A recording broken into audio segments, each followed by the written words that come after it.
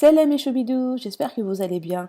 Qu'est-ce que les paupières tombantes ou alors les yeux tombants d'après vous? Eh bien, c'est la paire de yeux que vous pouvez voir tout en bas à votre droite. Celle-ci, oui. Eh bien, moi, c'est exactement le genre de yeux que j'ai. Donc, j'ai une paupière mobile totalement dissimulée par cette grosse paupière immobile pleine de chair et pleine de surplus de peau. Voilà, en général, les paupières tombantes s'affaissent sur le coin externe. Moi, ça va, ça ne s'affaisse pas trop. Par contre, j'ai quand même un affaissement au coin interne, vous voyez. J'ai vraiment un surplus de peau ici dans le coin interne.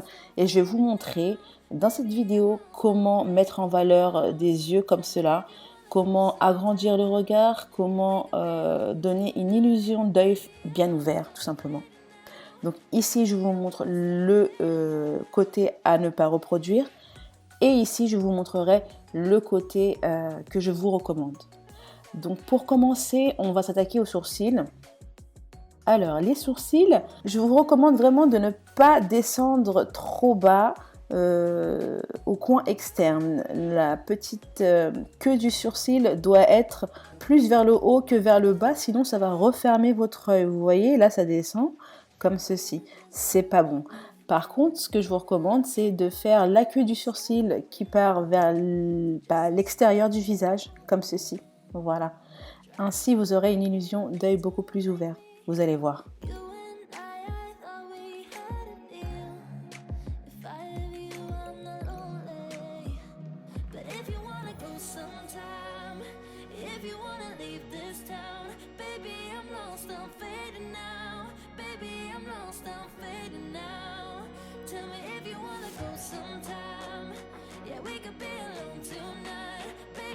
Vous voyez déjà la différence, voilà, il y a un écart beaucoup plus large ici et un écart beaucoup plus fermé ici et ça donne cette illusion d'œil beaucoup plus ouvert. Maintenant, je mets mon anti-cerne sur mes deux paupières et ce que je vous recommande, c'est de poudrer votre anti-cerne avant de mettre vos fards à paupières. Poudrez-le soit avec une poudre matifiante comme moi maintenant ou alors poudrez-le avec un fard beige tout simplement.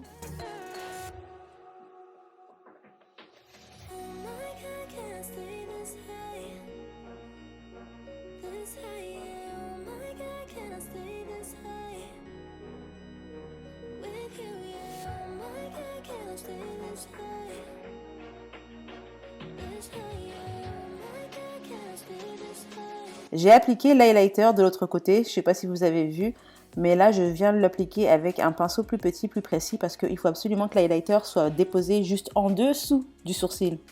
Surtout ne pas descendre trop bas la couleur lumineuse, comme j'ai fait dans le mauvais côté, vous voyez, je l'ai mis avec un gros pinceau fluffy, ça descend en bas, ça fait pas très précis, et en plus, ça donne cette illusion de grosses paupières immobiles, et là du coup c'est beaucoup plus joli.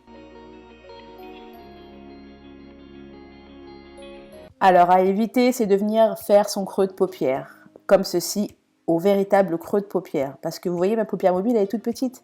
Et mon creux de paupière, on a du mal à le voir, mais il est là. Il est là où j'applique le fard.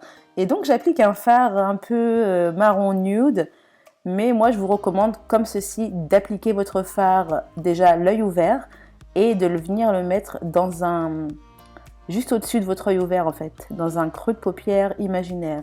Voilà. Et ici, vous mettez votre couleur de transition, vous l'estompez bien. Moi, je viens jusqu'au coin interne parce que j'ai vraiment la paupière qui s'affaisse à cet endroit-là. Et voilà, j'estompe bien et je tire vers l'extérieur, le coin externe.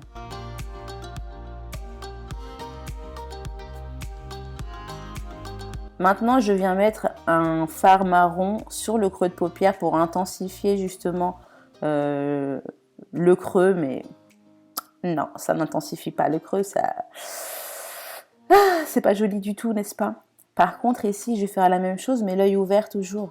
Je vais intensifier un creux imaginaire et ça va être beaucoup plus joli parce que je vais le mettre juste là, donc un peu plus précis en dessous de ce que je viens de faire. Et je vais venir l'estomper également. Je remets un peu de matière. N'hésitez pas à mettre un tout petit peu de matière au début et de venir en mettre au fur et à mesure.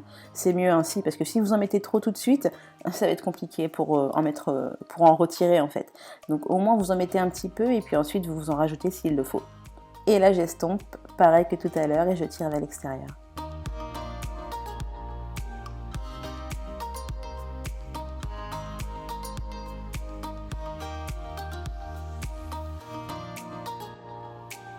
Vous voyez la différence?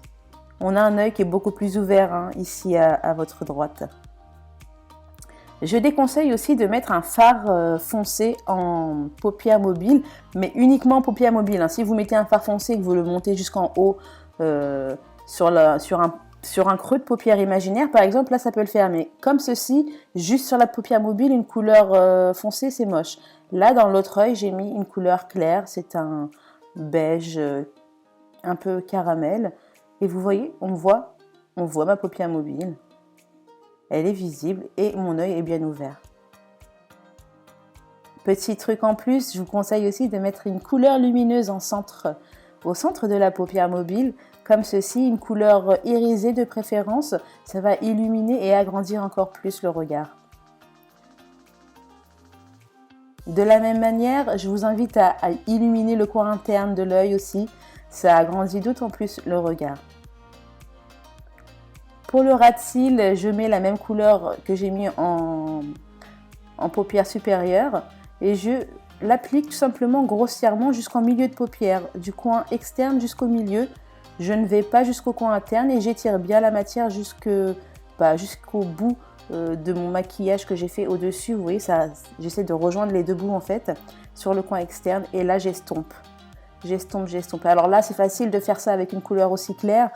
Ça ne va pas le faire avec une couleur plus foncée, bien sûr, parce que c'est quand même assez grossier. Il faut être plus précis avec une couleur plus foncée.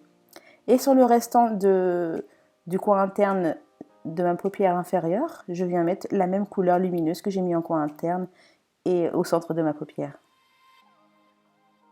De l'autre côté, j'applique toujours le même fard marron, mais je vais venir l'appliquer dans tout mon ras de cils, en fait, et je vais faire le raccord au coin externe.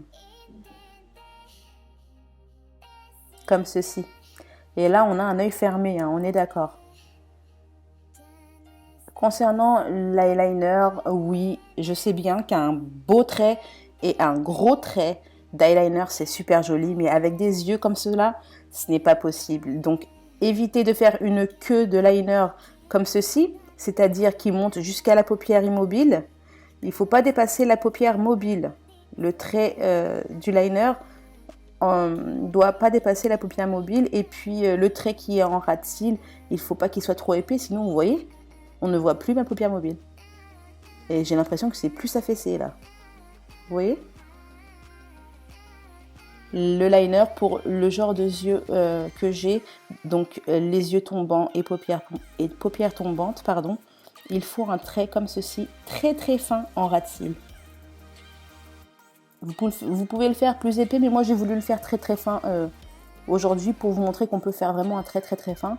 Et la queue du liner doit être ne doit pas plus, alors comment dire, je vais y arriver, ne doit pas monter plus haut que la paupière mobile, comme ceci. Vous voyez là, j'ai l'air d'avoir un œil beaucoup plus ouvert. On voit ma paupière mobile. Et c'est beaucoup plus joli. Le kohl, le crayon noir en muqueuse, va pour les deux. Mais moi, je vous invite à insister sur le coin interne si vous avez des yeux comme les miens. Voilà, j'insiste bien sur le coin interne ici.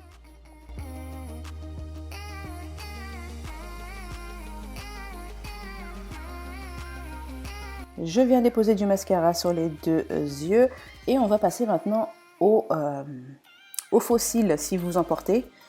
Alors moi, ce que je vous recommande, c'est de porter des faux cils comme cela, très très naturels, très naturels, très fins, et surtout qu'ils soient coupés un petit peu, qu'ils soient pas trop longs en fait. Et moi, j'évite de mettre le faux cil par exemple sur le coin interne. Je le mets du coin externe jusqu'aux 3/4 de l'œil en fait, comme ceci. Parce que si j'en mets dans le coin interne, ça va toucher ma paupière immobile et ça va être pas très joli en fait. Et je vous déconseille cela. Voilà, des cils trop touffus.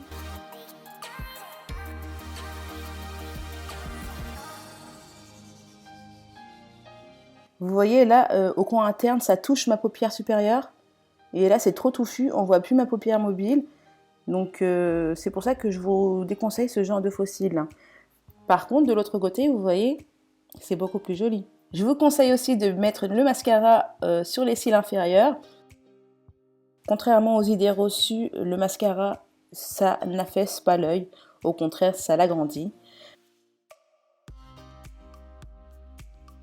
Donc après le fond de teint que j'ai loupé du côté à ne pas louper, j'ai loupé mon fond de teint. Vous voyez au-dessus de mon sourcil? Je sais pas ce qui m'est arrivé, je ne l'ai pas vu. Voilà. Donc voilà le résultat. J'espère que ce tutoriel vous aura aidé, vous aura montré quelques petites astuces si vous avez des yeux comme les miens, parce que je sais que c'est pas évident, qu'on regarde des tutos de professionnels souvent sur les réseaux sociaux et on se dit mais pourquoi ça marche pas sur moi? Donc chacun sa forme d'œil, chacun sa morphologie d'œil. Et voilà, j'espère vous avoir aidé. Je vous embrasse très très fort et je vous dis à très très vite sur ma chaîne. Ciao ciao!